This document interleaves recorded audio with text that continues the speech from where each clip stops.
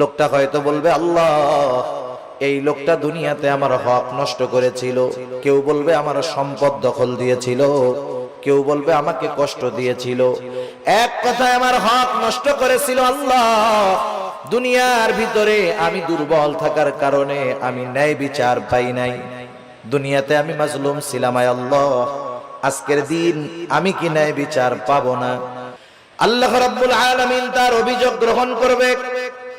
এবার ওই পাহাড় পরিমাণ নেকের মালিককে বলা হবে, তোমার ব্যাপারে যে অভিযোগ দায়ের করা হলো সত্য নাকি? সে মিথ্যা কথা বলার কোনো উপায় নাই, স্বীকার যেতে সে বাধ্য। সে বলবে, হ্যাঁ, দুনিয়াতে আমি তার এই হক নষ্ট করেছি।